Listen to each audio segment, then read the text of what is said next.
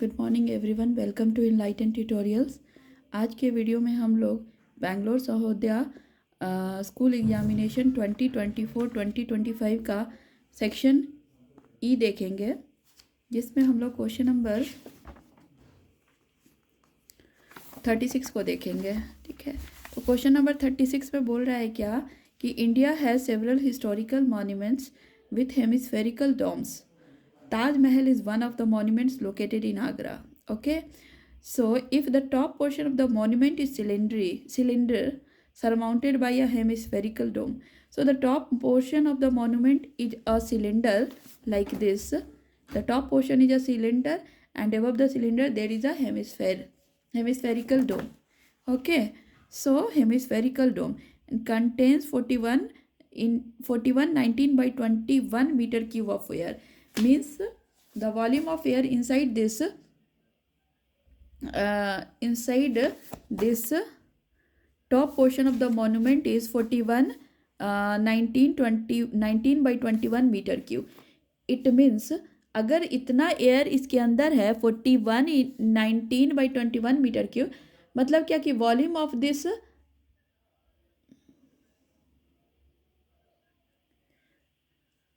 अगर यहाँ पे 19 by 21 metre cube of air fill है इनसाइड दिस स्ट्रक्चर, तो volume of this structure will also be the same as the amount of the air inside the structure. Okay, so internal diameter of the dome is equal to the total height above the floor. So इसका जो dome का जो diameter है ना, वो total height of this structure है. आप इसको ऐसे देख सकते हो,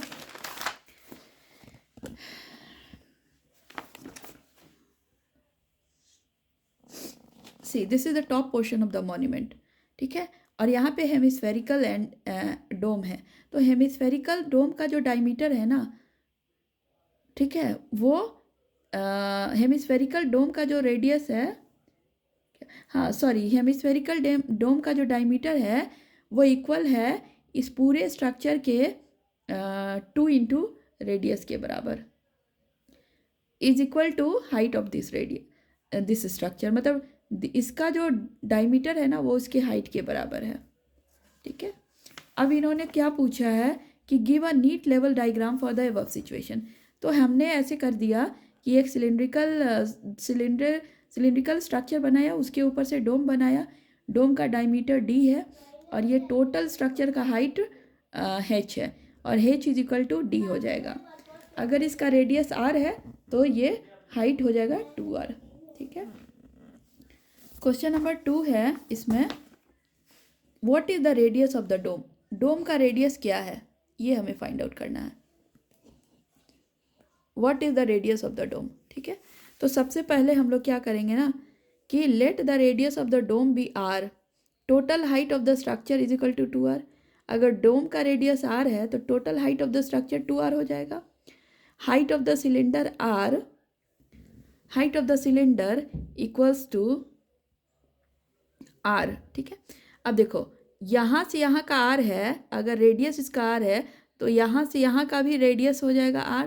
मतलब इस पॉइंट से लेकर इस पॉइंट तक का r हो जाएगा लेंथ, तो सिलेंडर का लेंथ r हो जाएगा. ठीक है, height of the cylinder equals to r since the total height minus radius of the dome. ठीक है, अब देखो इन्होंने पूछा है, इन्होंने कहा है कि हमें r का वैल्यू निकालना है. तो वॉल्यूम ऑफ द स्ट्रक्चर, मतलब इस पूरे स्ट्रक्चर का volume equals to the volume of the cylinder plus volume of the hemisphere. ठीक है, अब वॉल्यूम ऑफ द स्ट्रक्चर दिया है इन्होंने, वॉल्यूम ऑफ द एयर दिया है, तो एयर का जो वॉल्यूम होगा वही स्ट्रक्चर का वॉल्यूम होगा. तो 19 by 21 metre cube is the volume of the structure. It is equal to the volume of the cylinder which is equal to pi R square H plus volume of the hemisphere that is 2/3 pi R cube. अब देखो h जो है ना वो r के बराबर होगा, तो हम लोग इसको पाई आर क्यूब लिख सकते हैं क्योंकि h is equal to r. ठीक है, प्लस 2/3 पाई आर क्यूब. ठीक है, अब आप इसको सॉल्व करोगे ना तो पाई आर क्यूब बाहर निकल जाएगा, तो यहाँ पर बचेगा 1 प्लस 2/3. इसको फर्दर सॉल्व करेंगे ना तो हमें मिलेगा पाई आर क्यूब इंटू 5/3. ठीक है। अब आप इसको सॉल्व करोगे तो 880/21 मिलेगा, और ये 3 ऊपर जाएगा, 5 नीचे आएगा, क्रॉस मल्टीप्लिकेशन करेंगे तो पाई का वैल्यू होता है 21/7, तो क्रॉस मल्टीप्लिकेशन से फिर ये 7/22 हो जाएगा। ठीक है, 7/22 इक्वल्स टू R³ ठीक है। तो जब आप इसको सॉल्व करोगे ना तो आपको कुछ 8 वैल्यू मिलेगा। जब आप 8 का क्यूब रूट निकालोगे तो R = 2 मीटर हो जाएगा। Hence radius of the hemispherical dome = R metre. ठीक है, ठीक है। अब बोला what is the total height of the building. तो total height of the building हमें पता है कि total height of the building 2R है। तो total height of the structure = 2R। So 2 × 2 cm that is 4, 2 × 2 metre that is 4 metre. Total height of the structure is 4 metre. ठीक है, ये metre में दिया है। अब इन्होंने पूछा है कि what is the find the inner curve surface area of the dome. तो inner curve surface area of the dome क्या होगा, तो यहाँ से देखो, inner curve surface area of the dome = curve surface area, inner curve surface area of the dome = curve surface area of the dome. ठीक है, तो डोम का जो इनर कर्व सरफेस एरिया है ना, वो डोम के कर्व सरफेस एरिया के बराबर ही हो जाएगा। और curve surface area of the dome जो कि एक हेमिस्फेरिकल शेप है, उसका फॉर्मूला होता है 2πr²। ठीक है, अब देखो, inner curve surface area of the dome = 2 × 22/7 × R² that is 2 × 2। तो जब आप इसको सॉल्व करोगे ना तो आपको कुछ आंसर मिलेगा 225.12 मीटर स्क्वायर। ठीक है, तो हमें मिलेगा 25.12 मीटर स्क्वायर। ठीक है, नाउ क्वेश्चन नंबर 37 देखेंगे। 37 क्वेश्चन में इन्होंने कहा है कि Arjun, Karan and Likhit visited their grandparents house in the city. ठीक है, तो 3 लोग हैं, अर्जुन, करण और लिखित। ये लोग अपने ग्रैंड पेरेंट्स के यहाँ जा रहे हैं। From a point A where Arjun was standing, Arjun was standing at a point A. Okay, so from a point A where Arjun was standing, a bus and a clock tower come in a straight line as shown in the figure। यहाँ अर्जुन खड़ा है और यहाँ पर बस और यहाँ पर टावर। ठीक है, so a bus and a clock tower came in a straight line। ठीक है, and from a point K point पे करण खड़ा है। so from a point K the same bus, इस बट के दूसरे एंड पे सेम बस and a giant wheel come in a straight line. तो के करण जहाँ खड़ा है वहाँ से बस का लास्ट दूसरा एंड और ये जो जाइंट व्हील है वो एक स्ट्रेट लाइन में आ रहा है। So the distance between Arjun and बस इज 25 मीटर। अर्जुन और बस के बीच का डिस्टेंस 25 मीटर है।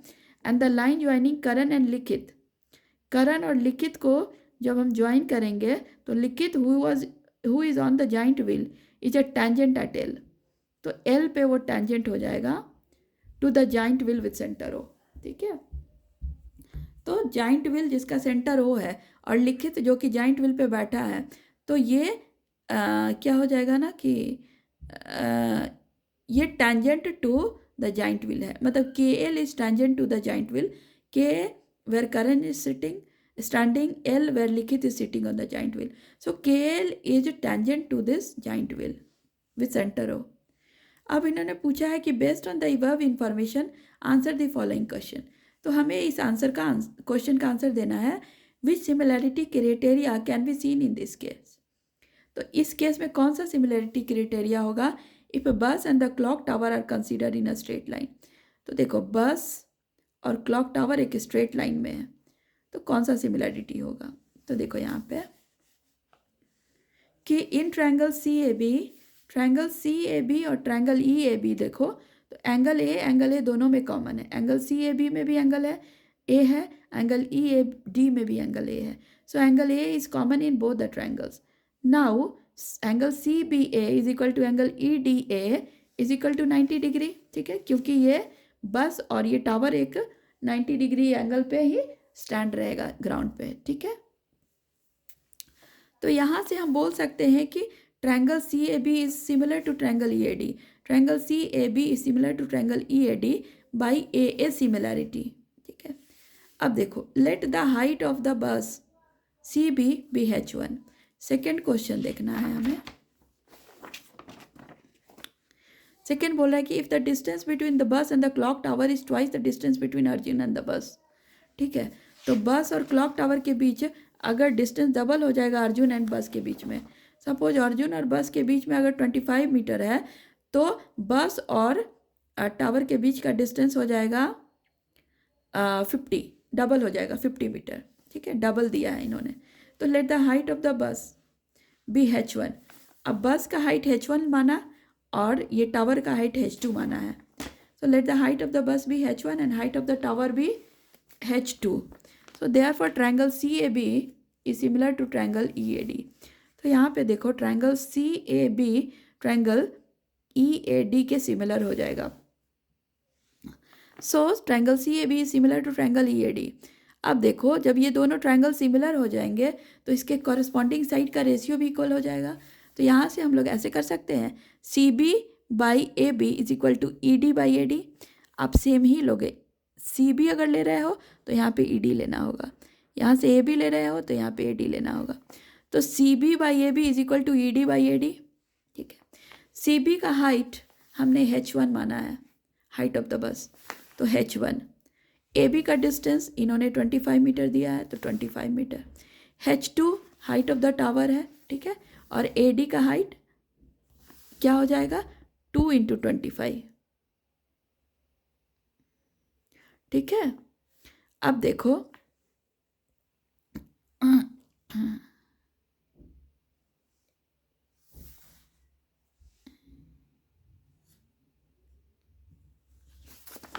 एक सेकेंड वेट,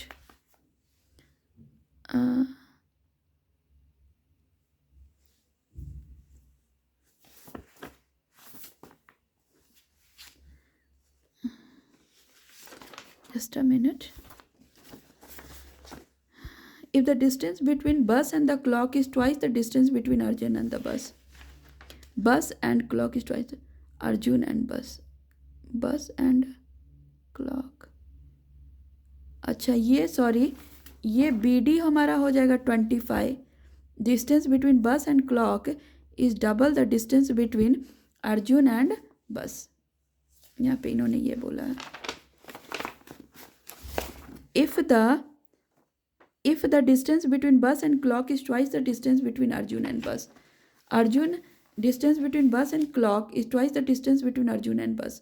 तो BD हमारा 50 है, तो AB हमारा क्या हो जाएगा, एक मिनट, CB by AB is equal to ED by AD। AD हमारा 25 प्लस 50 दैट इज 75 हो जाएगा। 25 प्लस 50 दैट इज 75 हो जाएगा। यहाँ पे थोड़ा मिस्टेक हो गया है, सॉरी।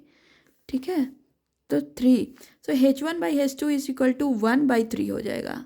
हमारा यहाँ पे 1/3 रेशियो होगा, ना कि 1/2। ठीक है, ये मिस्टेक से हो गया था। चलो इसका और पार्ट देखेंगे।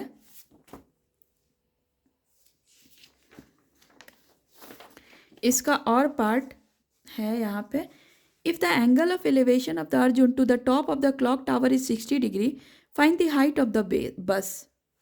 तो देखो हाइट ऑफ द बस हमें निकालना है। तो यहाँ पर देखो इन ट्रायंगल EAD ट्रायंगल में आप देख सकते हो कि tan 60 डिग्री, ये हमारा 60 डिग्री है, ये हमारा 90 है। ठीक है, ये हमारा 60 डिग्री है और ये हमारा 90 है। तो in triangle EAD tan 60 degree is equal to ED by AD। ठीक है, tan 60 degree is equal to ED by AD हो जाएगा। ठीक है, और tan 60 का √3 है, ED is equal to h2, AD हमारा हो जाएगा 75 है, तो यहाँ पर 75 मीटर हो जाएगा, ये गलत है हमारा। ठीक है, तो h2 is equal to 75 into 1.732 होगा। ठीक है, तो आंसर आप इसको कैलकुलेट कर लोगे तो आपको इसका रेशियो मिल जाएगा। ठीक है, सो हमारा ये आंसर हो जाएगा 75 इंटू 1.732। ठीक है, तो height of the tower is 75 into 1.732। ठीक है, यहाँ पे गलती हो गया। चलो height of the tower is 75 into 1.732. Height of the bus इन्होंने पूछा था, ठीक है. तो height of the tower is इतना. Now we have to find the height of the bus. So h1 is equal to 25/75. सब गलत हो गया है. तो यहाँ से आप क्या निकालोगे, 75, ठीक है, 75. सो हमें मिलेगा कुछ 86.6/3 मीटर, ठीक है. तो हमारा आंसर हो जाएगा 86.6/3. आप इसको सॉल्व कर लोगे तो क्या मिलेगा,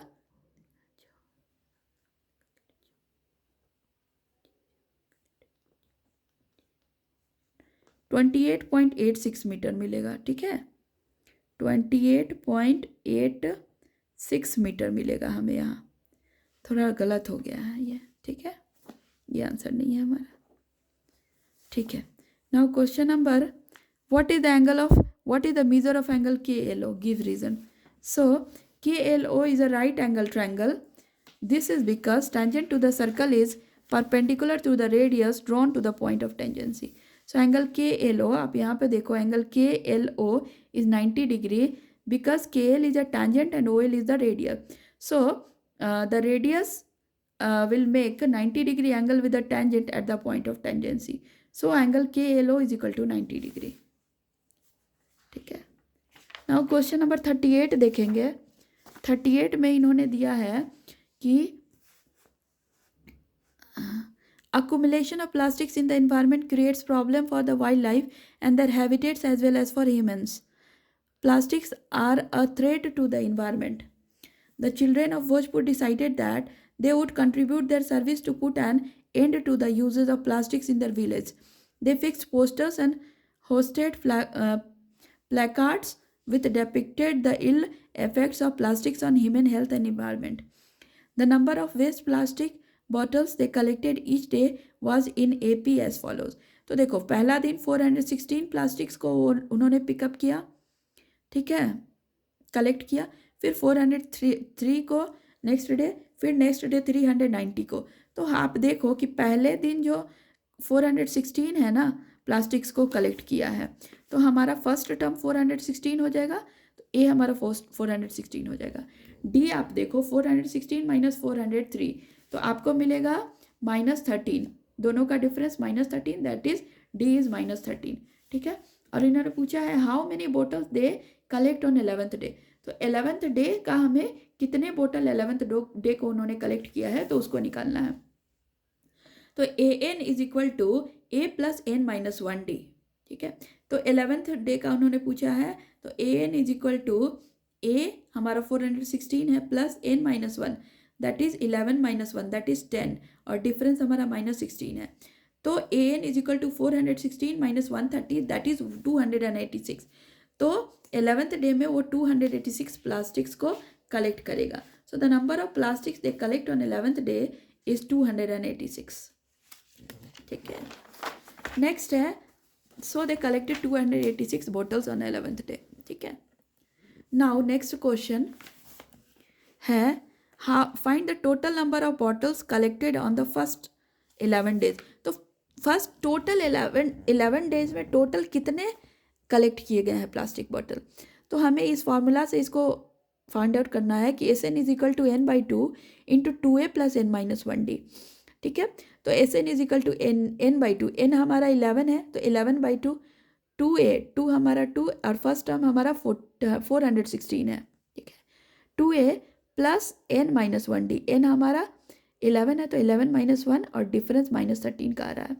तो 11/2 जब आप इसको सॉल्व करोगे तो मिलेगा 832 माइनस 130, ठीक है.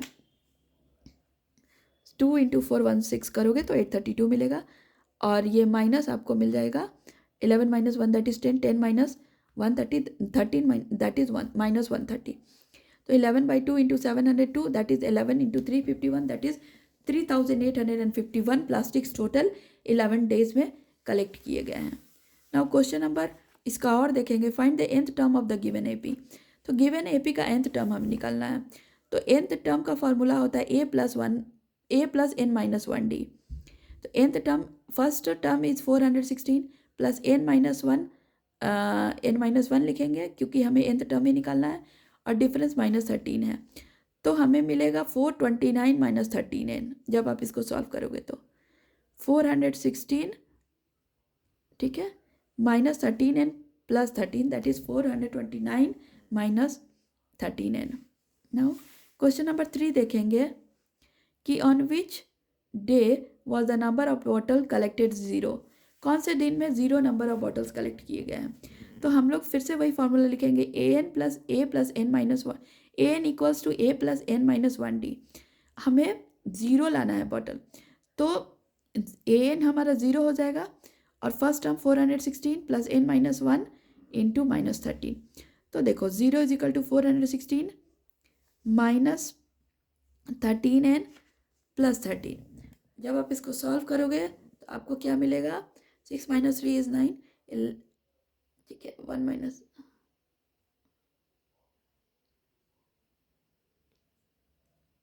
सॉरी 6 माइनस 3 इज 9, 1 माइनस 1, एक minute, 6 plus 3 is 9, 1 plus 1 is 2, 4, ठीक है, 4 इक्वल्स टू 4। तो 13n is equal to 429, that is n is equal to 33।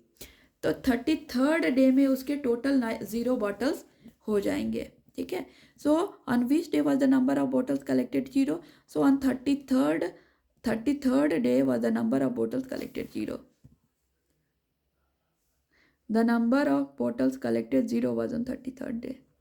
The number of bottles collected 0 was on 33rd day.